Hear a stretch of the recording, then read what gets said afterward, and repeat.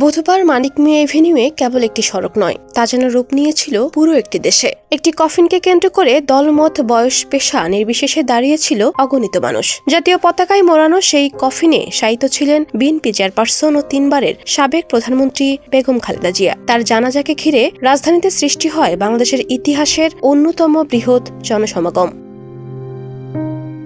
জানা যায় ঠিক কত মানুষ উপস্থিত ছিলেন এর আনুষ্ঠানিক হিসাব না থাকলেও অনুসন্ধানী প্রতিষ্ঠান দ্য ডিসেন্ট একটি আনুমানিক হিসাব বের করার চেষ্টা করেছে। তাদের অনুসন্ধানী প্রতিবেদনে বলা হয়, এই জানাজায় অন্তত 32 লাখ মানুষ অংশগ্রহণ করেছেন। বাস্তবে সংখ্যাটি আরও বেশি হতে পারে বলেও ধারণা করা হচ্ছে। বুধবার খালেদা জিয়ার জানাজা অনুষ্ঠিত হয় জাতীয় সংসদ ভবনের দক্ষিণ প্লাজার মূল মাঠে। তবে উপস্থিতি শুধু ওই মাঠেই সীমাবদ্ধ ছিল না। দক্ষিণ প্লাজার পাশাপাশি পাশের মাঠ, সামনের মানিক মিয়া এভিনিউয়ের 2 পাশ, খামারবাড়ি মোড় থেকে ফার্মগেট হয়ে কারওয়ান বাজার মোড়, আবার ফার্মগেট থেকে বিজয় সরণি মোড় হয়ে আগারগাঁও মেট্রো স্টেশন পর্যন্ত দীর্ঘ সড়কে কাতারবদ্ধ হয়ে জানাজায় অংশ নেন মানুষ। এছাড়া চীন মৈত্রী সম্মেলন কেন্দ্রের সামনের পুরো রাস্তা, অন্যদিকে শিশু মেলা থেকে আসাদ গেট হয়ে ধানমন্ডি 32 নম্বর পর্যন্ত বিস্তীর্ণ এলাকা জুড়ে জানাজায় অংশগ্রহণকারীদের উপস্থিতি লক্ষ্য করা যায়।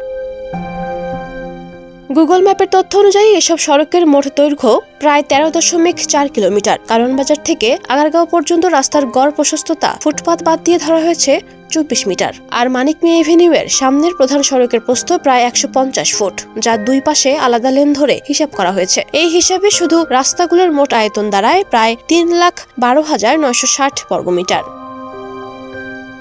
শুধু রাস্তায় বর্গমিটার প্রতি ন্যূনতম 6 জন ধরলেও উপস্থিতির সংখ্যা দাঁড়ায় প্রায় 18,77,000। এদিকে গুগল ম্যাপ অনুযায়ী সংসদ ভবনের দক্ষিণ প্লাজার 2টি মাঠের আয়তন যথাক্রমে 25,728 বর্গমিটার এবং 61,908 বর্গমিটার, মোট 87,636 বর্গমিটার। এই 2 মাঠে বর্গমিটার প্রতি 6 জন ধরে হিসাব করলে সেখানে প্রায় 5,25,000 মানুষের উপস্থিতি হওয়ার কথা।